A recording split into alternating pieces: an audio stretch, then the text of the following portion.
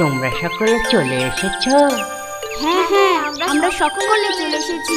এবার তুমি তোমার ঝুলি থেকে গপ্প বার করে আমাদের শোনাও। হ্যাঁ, কানা মামার এই গপ্প ছাড়া আর কি আছে তোমাদের দেওয়ার মতো? শোনো তাহলে। এক রাজা। না না মামা, আর রাজা রাক্ষস নয়। কেন, কি হলো? তুমি জানো তিতলিরা কত পশু পাখিদের গপ্প জানে? আজ আমাদের পশু পাখিদের গপ্প বলতে হবে। ঠিক আছে, তাই শোনাবো। কিন্তু তোমরা গপ্পগুলো চিরদিন মনে রেখো। শোনো তাহলে।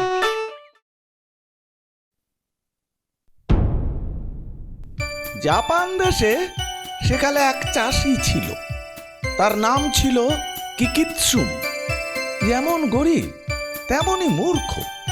দুনিয়ার কোনো খবরই সে জানতো না। জানতো শুধু চাষবাসের কথা, গ্রামের লোকেদের কথা, আর গ্রামের বুড়ো বজ্ঞে বা পুরোহিতের কথা, তার ভালো ভালো উপদেশের কথা। কিকিৎসুমের স্ত্রী লিলিৎসি, সে বেশ কর্মপটু।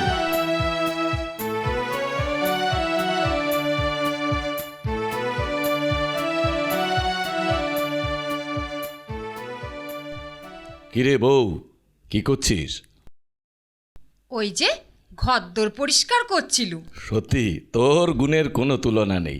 সবসময় রান্না বান্না, ঘরদোর সাজানো গোছানো, একটা না একটা কাজে তুই ব্যস্তই থাকিস। সেই জন্যেই তো ঘরদোর এত পরিষ্কার থাকে। আমার লক্ষ্মী বউ, সোনা বউ। থাক থাক, হয়েছে হয়েছে, এবার চট করে খেতে দে দিকিনি। দিচ্ছি। এদিকে গ্রামের প্রান্তে এক জঙ্গলের ধারে এলো একদল বেদে। সারা দিন থেকে সন্ধ্যের মুখে তারা রওনা দিল শহরের দিকে। যাবার সময় এক বেদের মেয়ে ফেলে গেল একটা আয়না। ঠিক সেই সময় চাষের কাজ শেষ করে কিকিৎসুম ফিরছিল নিজের ঘরে। কিন্তু আরে, ওখানে ওই ঝোপের ধারে কি যেন একটা চকচক করছে। দেখি তো বস্তুটা কি।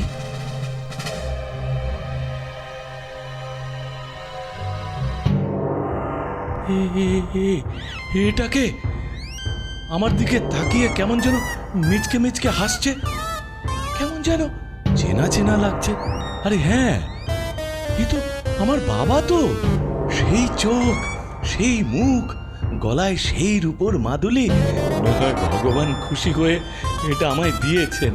না, এটাকে নিয়ে বাড়ি যাই।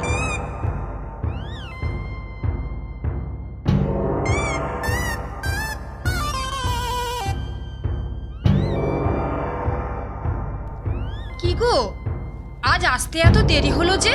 ওই খেতে একটু কাজ ছিল। তুই যা তো, আমার জন্য জল নিয়ে আয়। এক্ষুনি আনছি।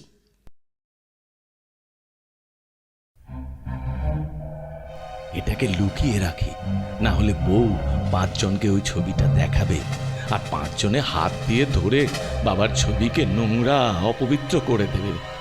কিন্তু এটাকে কোথায় রাখি, কোথায় রাখি? হ্যাঁ, এখানে রাখি। হ্যাঁ গো, ওখানে তুমি কি করছিলে? কিছু না তো, দেখছিলাম তুই কেমন বিছানা পরিষ্কার করছিস। ও ঘটনা সেদিনকার মতো মিটে গেল, কিন্তু কিকিৎসুমের বাবার ছবি দেখার লোভ বেড়ে গেল। চাষের কাজের ফাঁকে ফাঁকে সে প্রায়ই তার বাবার ছবিটা দেখতে আসতো। কিন্তু একদিন ও রোজ ঘরেতে ঢুকে কি যেন একটা দেখে। আজ একটু আড়াল থেকে লক্ষ্য রাখতে হবে। না, চারিদিক নিঝুম, কেউ কোথাও নেই। বউকেও দেখতে পাচ্ছি না।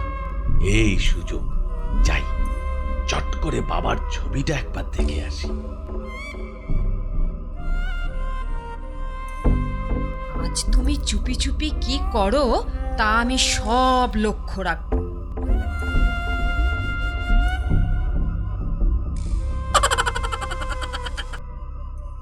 না, এবার এটাকে যথাস্থানে রেখে কাজে যাই।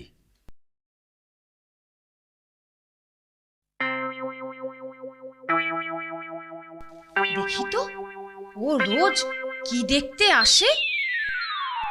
এ কি? এ কে?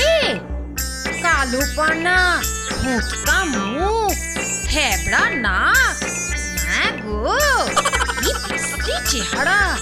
তাহলে তুমি রোজ এই মেয়েটার ছবি দেখতে আসো? আচ্ছা দাঁড়াও, দেখাচ্ছি মজা। কিরে, মুখ ভার করে শুয়ে আছিস যে, বলে তোর হলো কি? বলি, এই মেয়েটি কে? এ কি, তুই আমার বাবার ছবিটা পেলি কোত্থেকে? এটা তোমার বাবার ছবি? তবে কি? এটা তো একটা মেয়ের ছবি। না, বাবার ছবি। না, মেয়ের ছবি। দুজনের এই ঝগড়ার সময় গ্রামের বজ্ঞে এলো তাদের ঘরে। সব কথা শুনে সে দেখলো আয়নাটা, বলল, তোমাদের চোখ নেই, তাই তোমরা দেখতে পাচ্ছ না।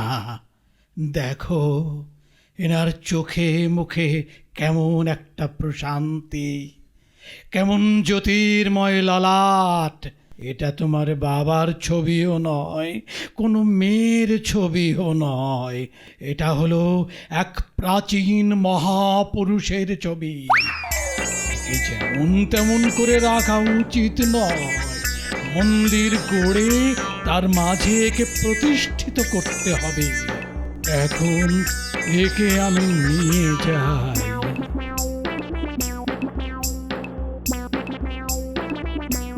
এর পরের ঘটনা খুবই সংক্ষিপ্ত। কিকিৎসুম আর লিলিচ্ছি রাগ ডাক ভুলে মনের আনন্দে খেতে বসলো। আচ্ছা বলো তো, একটা আয়না নিয়ে এত তর্ক বিতর্কের কারণটা কি? কারণ সেই গ্রামের লোকেদের সাথে আয়না নামক বস্তুটার কোনো পরিচিতিই ছিল না।